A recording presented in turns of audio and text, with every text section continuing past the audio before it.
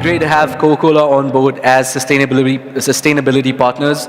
And as you can see, over the years, their belief in the value that Model UN can add to their feedback loop from a sustainability standpoint on the initiatives that they lead, keep them coming back year on year. Today, without any further ado, it is my pleasure to introduce to you formally our first speaker, Mr. Chandrasekhar Radhakrishnan. He has been appointed to the position of Vice President, Strategy and Insights, Coca-Cola India and Southwest Asia. Mr. Chandrasekhar will take charge of strategic initiatives for the company to accelerate the pace of innovation and assess opportunities to offer a much broader and deeper portfolio of beverages for the consumers. With a career spanning 2 decades, Mr. Chandrasekhar comes with a combination of international and domestic experience. He joins Coca-Cola India from Nestle, where he was responsible for leading a worldwide initiative to optimize marketing efficiencies. As the head of consumer communication and e-commerce, he effectively embedded brand building capabilities in the organization, drove creative excellence in brand communication via strong internal and external partnerships, laid a strong foundation in building digital and e-commerce competencies, and played a key role in establishing consumer engagement. Ladies and gentlemen, please help me welcome, with warm applause, Mr. Chandrasekhar Radhakrishnan. Sir, I invite you to please take the stage. Good evening. Still polite, but I will take it. My name is Chandrasekhar Radhakrishnan. I know it's a little too long. You can call me Chandru, or you can call me by any other name, then you'll have to do it in private. Yeah. Who needs leadership skills? So I'm going to come down. Who needs leadership skills?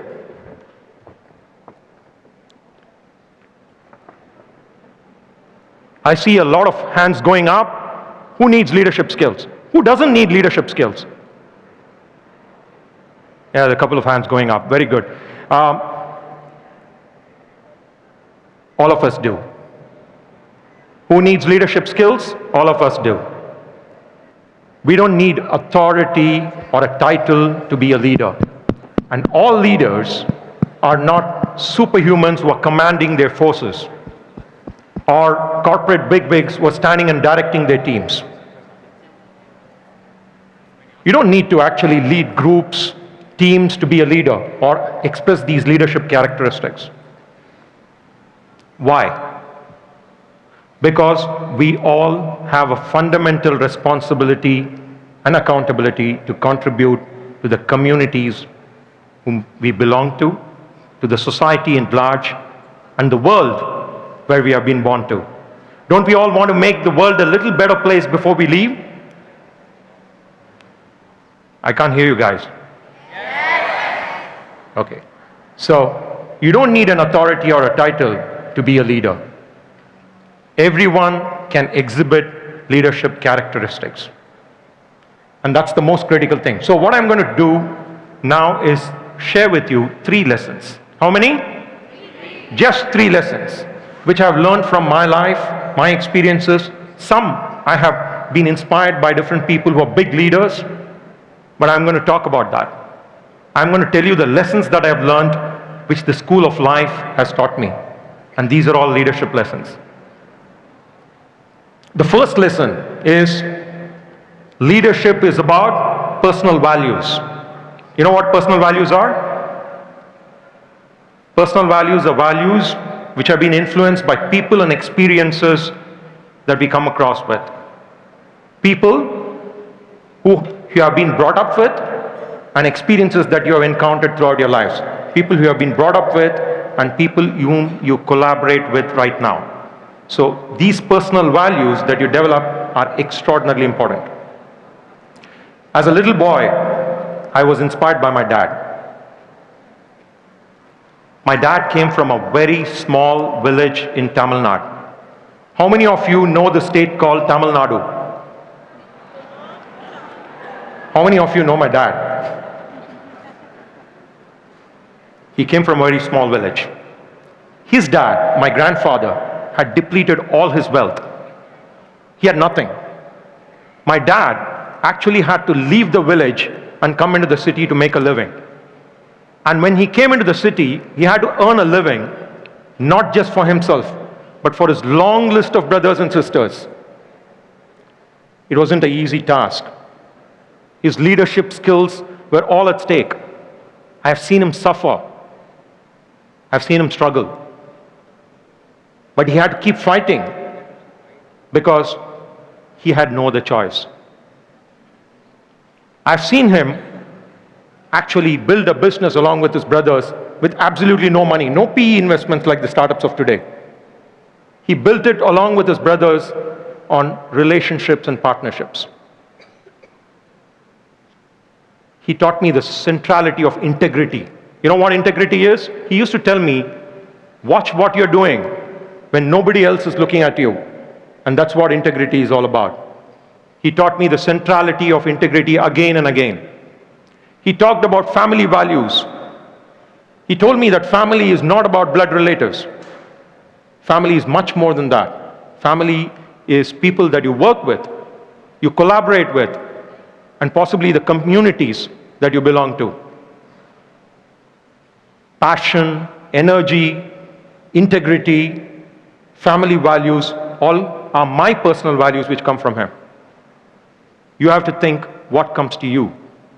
What are the people who have influenced you and inspired you, and what kind of values come to you? Now with these values, as a leader, you cannot have these core values within yourself. You'll have to walk that talk. Let me give you an example. When I was a marketing manager at Britannia, which was my first job, and I had this team, I did a consumer promotion on a cream biscuit portfolio. Do you people know about Britannia? Britannia has biscuits and it has cream biscuits as well. These cream biscuits talk to kids, and kids consume a lot of cream biscuits. So at that point of time, the consumer promotion was to give a Disney toy with every cream biscuit. We thought about it for a long time and I actually did that promotion. It was a disaster. It didn't work at all.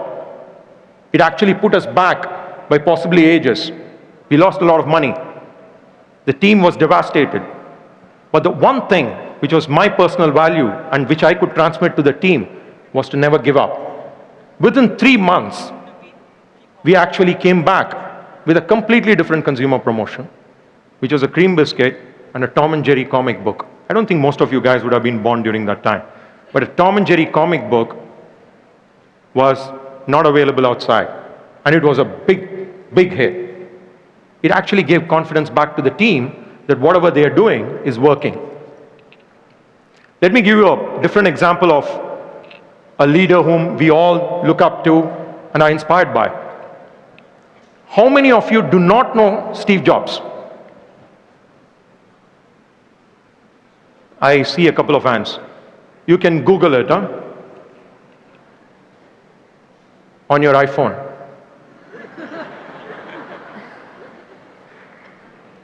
Steve Jobs,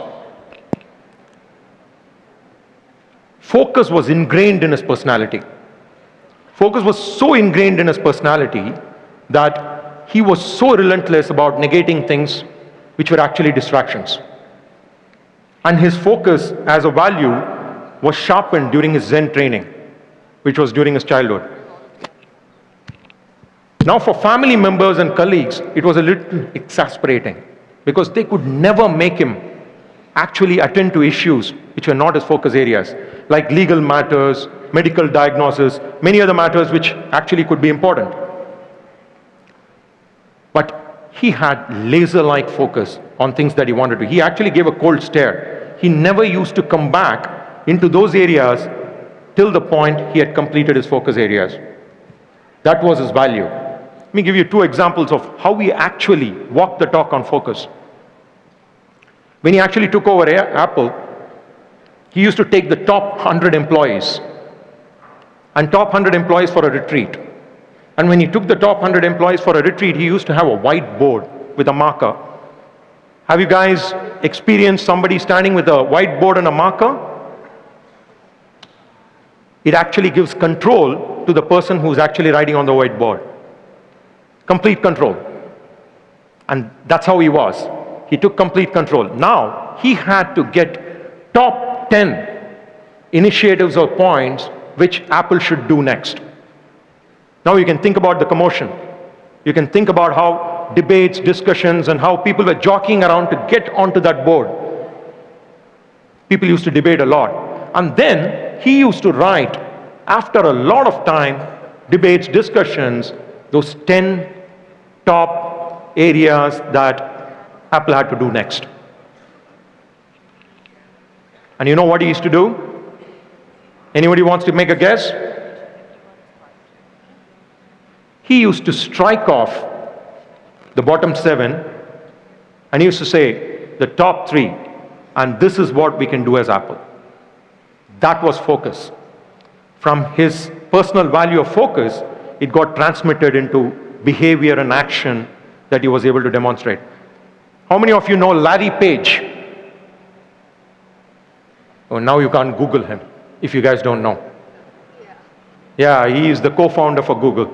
Okay, so during the last miles of Steve Jobs, Larry Page actually met Steve Jobs. And he asked him for advice. Though he was a competitor in some sense, Steve actually gave him advice. He said 2 things. 1, think about what Google would be when it grows up. And 2, focus on very few areas. When Larry actually went back to his team, he said, we will focus on only 2 areas. One was Android, another was Google+.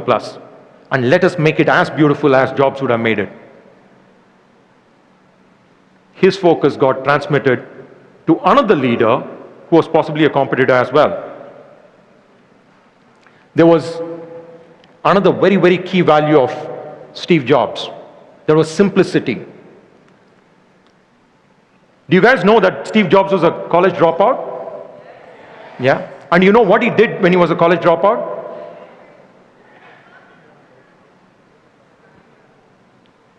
He worked with Atari games. Have you guys played Atari games? Have you seen an Atari game machine? Oh, I can see some hands. Oh, have you played the Star Trek game there? Oh, Atari is a wonderful game. It has no instruction manual. It's got nothing. It's got just 2 instructions. And if you guys are Star Trek freaks, you would see even a stoned freshman and can actually go and play that game because it had simple 2 instructions. 1, insert a coin. 2nd was avoid Klingsman. That's it. It was that simple. You have to put the coin and go. It keeps going on. And that was the Atari game of Star Trek. It was that simple. And that was inspiration to Steve. When he actually went back into Apple, the first marketing brochure read, simplicity is the ultimate sophistication. And that was the value that Steve Jobs actually brought in through his marketing brochure. And you guys would all agree that when actually it comes to an Apple computer or a machine, it has much simpler navigational features and non-intrusive features, much more simple than any other competitor offers. Focus and simplicity were his values. Passion and integrity are mine. You guys have to think, what are your values? These values are foundational values of your leadership. And what's important is, when you actually get into an organization, these are the values which you cannot just hold it as your core. You will have to transmit it to your team. You will have to walk the talk on all these values. And that's going to be very, very important. Why? Because in organizations, there is a trust deficit. You know what a trust deficit is? You trust me, I don't trust me. You trust me a little, but I don't trust me so much. So that trust deficit, if it has to be bridged, people have to see that you are actually walking the talk on your personal values. And that's my first lesson to you. Build your personal values. Do not forget who you are, where you come from. And when you build these personal values, walk the talk. My second lesson is about how many of you know what a VUCA world is? So somebody is going to tell. I don't remember the entire acronym, but I know it means how our world is dynamic, ever-changing, and unstable at once. Excellent. VUCA is essentially, it's a volatile world today. It's ambiguous, it's challenging. What's important in this world as a lesson is that you need to be courageous and you need to have resilience. I'm going to tell you my own story. Before I worked for Coca-Cola, I used to work for an organization called Nestle. I still remember the date. It was June 7, 2015.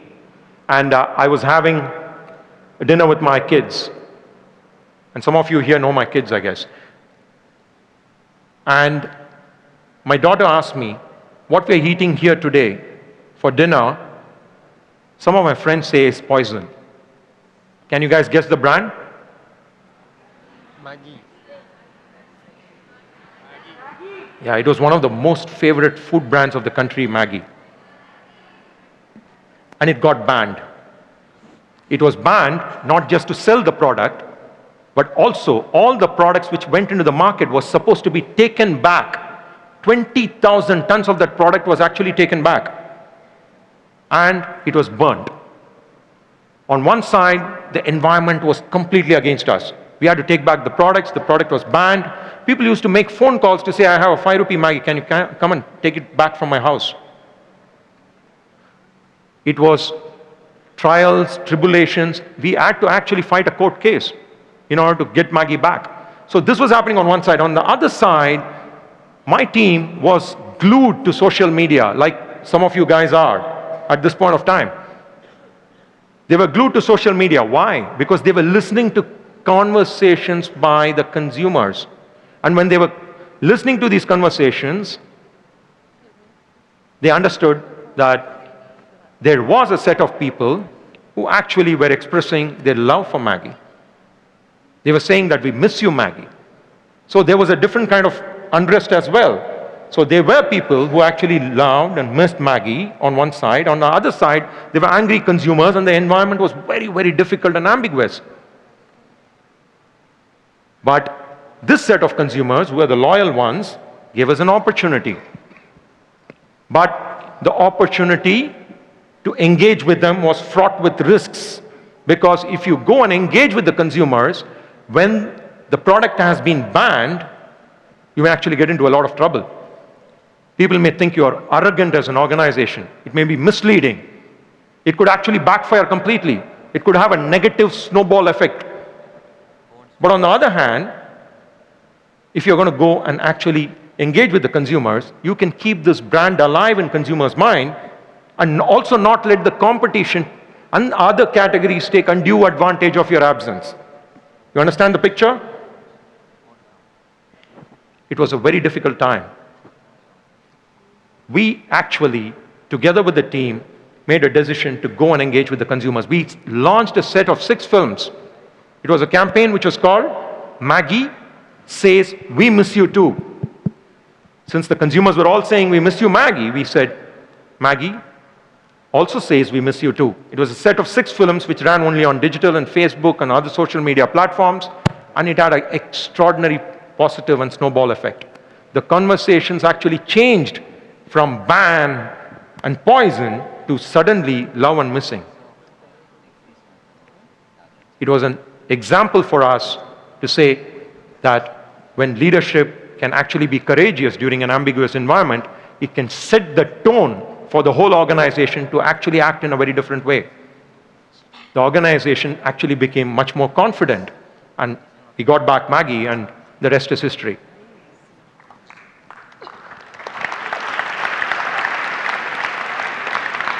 The other, how many of you have heard of this Fukushima Daiichi disaster in 2011 in Japan?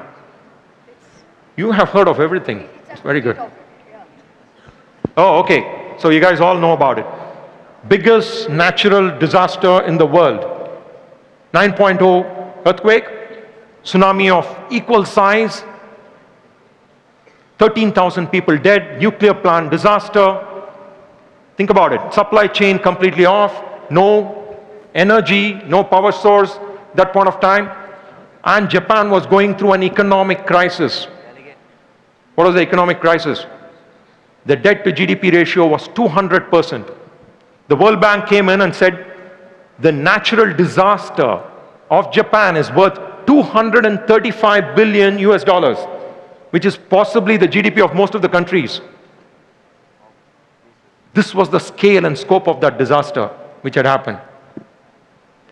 Ladies, gentlemen, boys and girls, can you imagine the plight of a nation?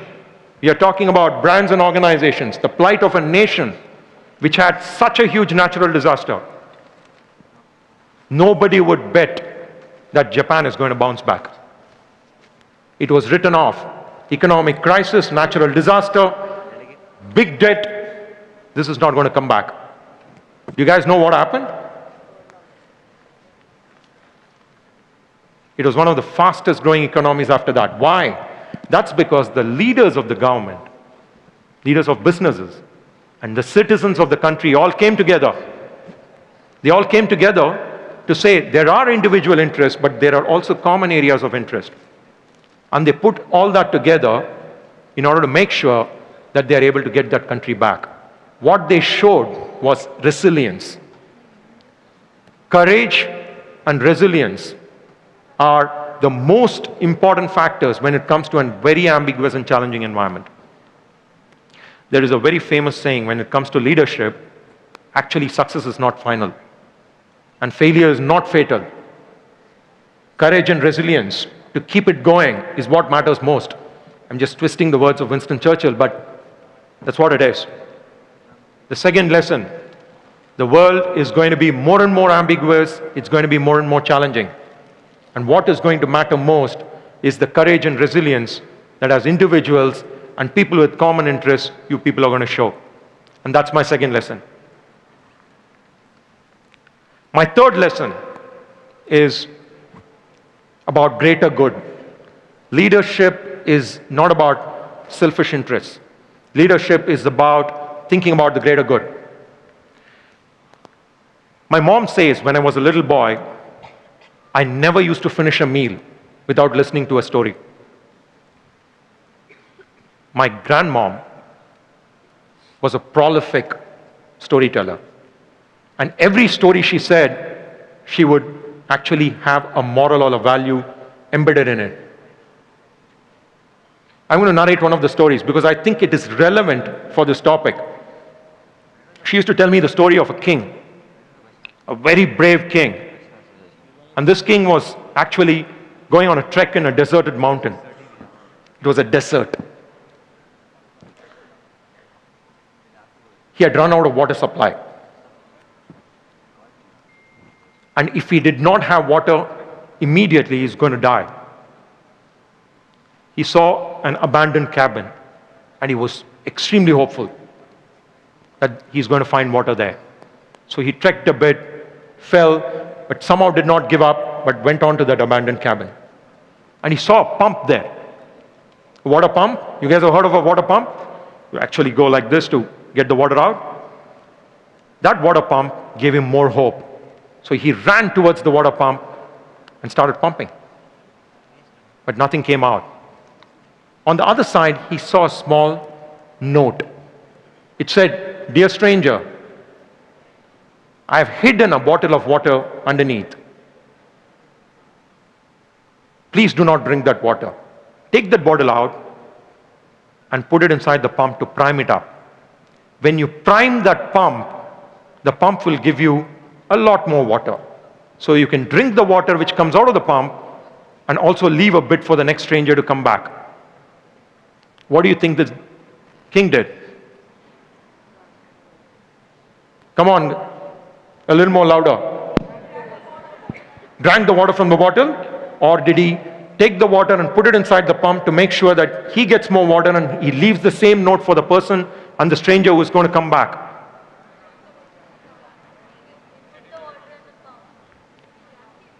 My grandmom never wanted an answer from us. She used to give us a cold stare. We used to be scared to say we would drink the water. The moral was embedded. Leadership motivation cannot be selfish. Leadership motivation has to excel, not just for yourself. Leadership motivation has to be excelling for others, your family, your people around you, your teams, the larger organization. And that's a very key leadership motivation. Why? Because in the 21st century, there are a lot of other questions which are getting asked. What are those questions? You're talking about inclusion, diversity, fairness, waste, talking about water. You're talking about role of automation, digital and social media, very different issues which were actually absent before. So it is key to actually think about leadership in such a way that it is not restricted only to your selfish interests and the organization's interests. That is why today's businesses are called social enterprises. Because the organization is not going to be judged on how it performs in the stock market. Not only by that, it's also going to be evaluated on what it does to the communities that it serves,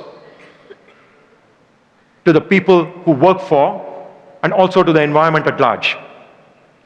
So leaders who are actually going to be running a tight ship with just financial numbers of revenue and profit are going to be considered very, very narrow. And they are not going to be considered broad-based in terms of the environment and the institution that they want to build.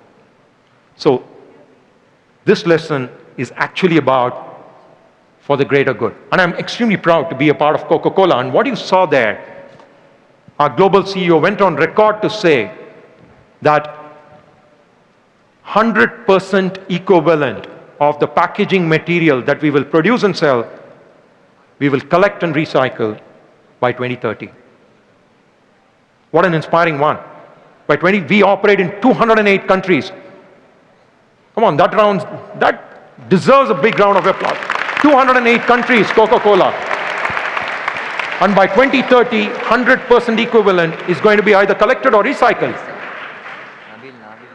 Think about what we are doing in India, about fruit circular economy, which Ishtiaq actually talked about. It's about procurement of fruits from the Indian farmer. India is a big agricultural economy. Procuring fruits from the farmers and then ensuring that the supply chain is tight. We are making an investment of 11,000 crores in India in the next 5 years. 5,500 crores on procurement and 5,800 crores on supply chain. So it's a holistic view of trying to say that we will procure fruits from India, actually produce and manufacture and sell it back. Leadership today cannot be restricted just to financial numbers. It needs to think about the communities that you serve, the customers that you serve, the consumers, the people whom they work for, and also making sure that the environment in the world is protected. Ladies and gentlemen, boys and girls, this is my third lesson. First one was about personal values. The second one was about resilience and courage in times of ambiguous environments. And the third one is leadership is not about selfish interests. You need to actually lead with purpose and for the greater good. This is what I have. And before I am going to close, I'm going to tell you guys a piece of advice. When it comes to leadership, be authentic. Be yourself.